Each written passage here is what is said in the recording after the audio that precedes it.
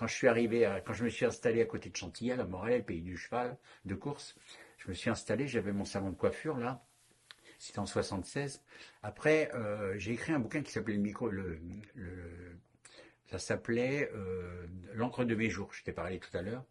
Je suis allé le présenter dans cette petite radio qui se rappelait Radio Chantilly. Tu sais, c'était l'avènement des radios libres.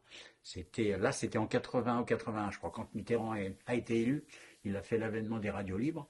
Et là, je suis monté avec mon petit bouquin de poèmes. J'ai monté là-haut. Et puis, j'ai vu le rédacteur en chef qui s'appelait Robert Le Saffre, qui était, je vais souvent du coq à l'âne, mais il faut me suivre, hein, qui était un très grand vétérinaire. C'est lui qui a inventé, Robert Le Saffre, la table pour les chevaux. Tu sais, les chevaux de course, une table qui bouge comme ça, c'est lui qui a inventé ça. Et je lui ai présenté mon bouquin. Il me dit, ouais, c'est intéressant. Il me dit, lui, il était cash, hein. Il m'a dit, bon, c'est de la poésie, tu vas un peu faire chier les gens, mais bon, on va parler de tes poèmes.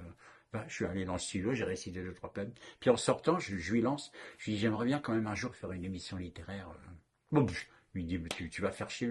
Il a dit, bord-toi. Je descends les escaliers des grandes écuries, parce que c'est dans les grandes écuries où il y a le musée vivant du cheval. Il y avait le studio, là. Je descends, et j'arrive, et j'entends, il y avait une porte qui se fermait avec un petit, comment ça s'appelle, un interphone. Et j'entends sa voix qui fait, et toi, le poète de mes couilles, t'es encore là? Je dis, oui, monsieur. Il fait remonte. Oh, je dis, c'est pas vrai, qu'est-ce qu'il me veut?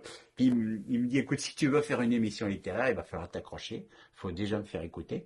Tu vas démarrer déjà entre minuit et 2 heures du matin. J'ai dit, bien, monsieur. Ah, bah, tu sais, j'étais au taquet. J'étais content, j'avais mon émission de radio.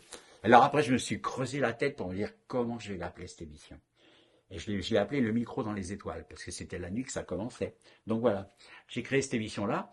Et puis après, il m'a fait confiance. On a parlé, j'ai rencontré du monde. Et j'ai dit, écoutez, filez-moi, Robert, filez-moi un agra que j'aille à Paris faire les.